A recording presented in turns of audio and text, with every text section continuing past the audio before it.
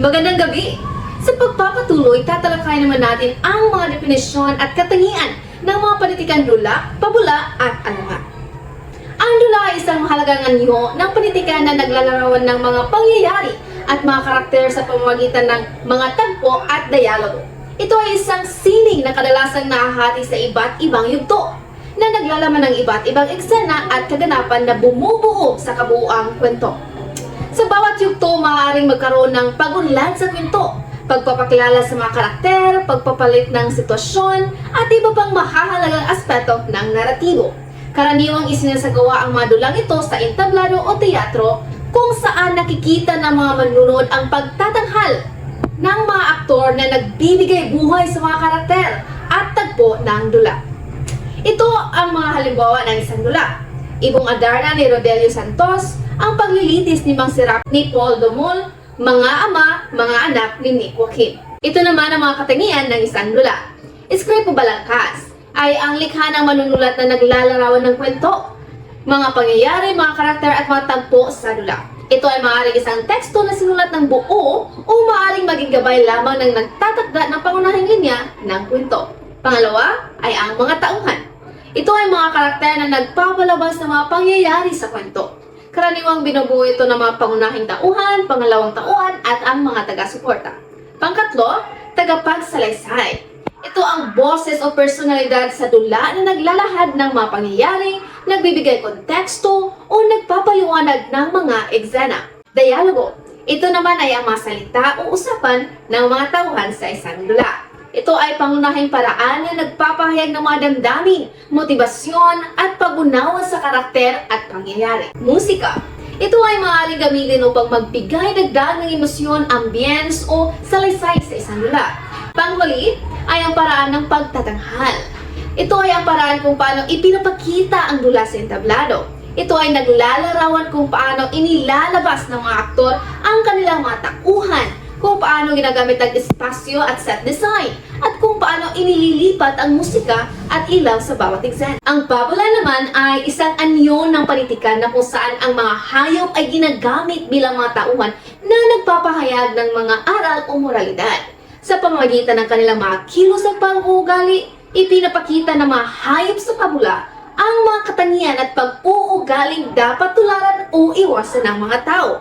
Karaniwang ginagamit ang pabula upang magturo ng mga mahahalagang aral sa mga kabataan. Ang mga halimbawa ang leon at ang daga, ang batsing at ang pagong, at ang aso at ang uwak. Dito naman tayo sa mga katangian ng isang pabula. Una, mga hayop na tauhan. Ang mga hayop na pangunahing tauhan sa isang pabula at ang kanilang mga kilos at pag-uugali ay kumakatawan sa mga katangian ng isang tao. Sa pamamagitan ng paggamit ng mga hayop, mas madaling maunawaan ng mga mambabasa ang mga aral na ibinabahagi ng isang pabula. Pangalawa, aral o moralidad. Ang pabula ay karaniwang naglalaman ng aral o moralidad na naglalayong magbigay liwanag sa mga mambabasa tungkol sa tamang pag-uugali at desisyon sa buhay.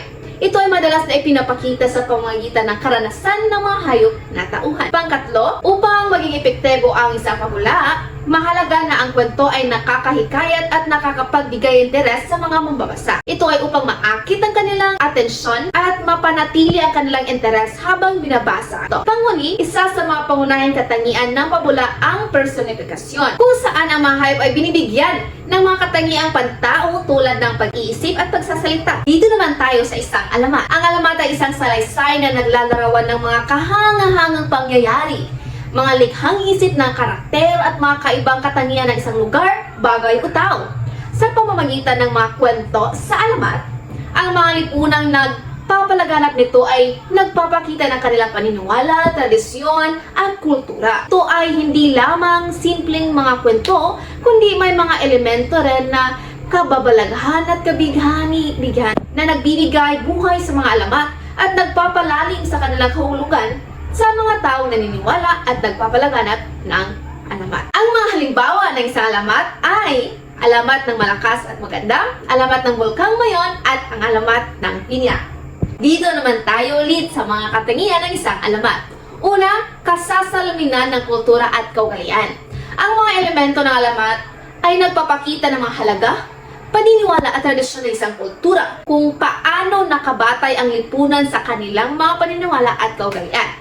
Ikalawa, may mga kapangyarihan, pakikipagsapalaran at hiwaga.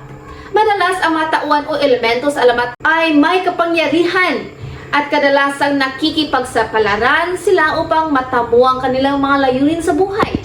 Ang hiwaga ay karaniwan sa mga kwento na alamat na nagbibigay ng di pangkaraniwang mga pangyayari o kapangyarihan sa mga karakter. Ikatlo, ang mga pangyayari sa mga alamat ay karaniwang hindi nagaganap sa tunay na buhay. Ito ay naglalarawan ng mga kwento na puno ng kababalaghan at mga pangyayari sa labas ng karaniwang karanasan ng isang tao. At ang panghuli, aral at moralidad. Kadalasang mayroong aral o moralidad na nakapaloob sa bawat alamat. Ito ay naglalayong magturo ng tamang pag-uugali, magbigay inspirasyon o magpahalaga sa mga mahalagang bagay sa buhay.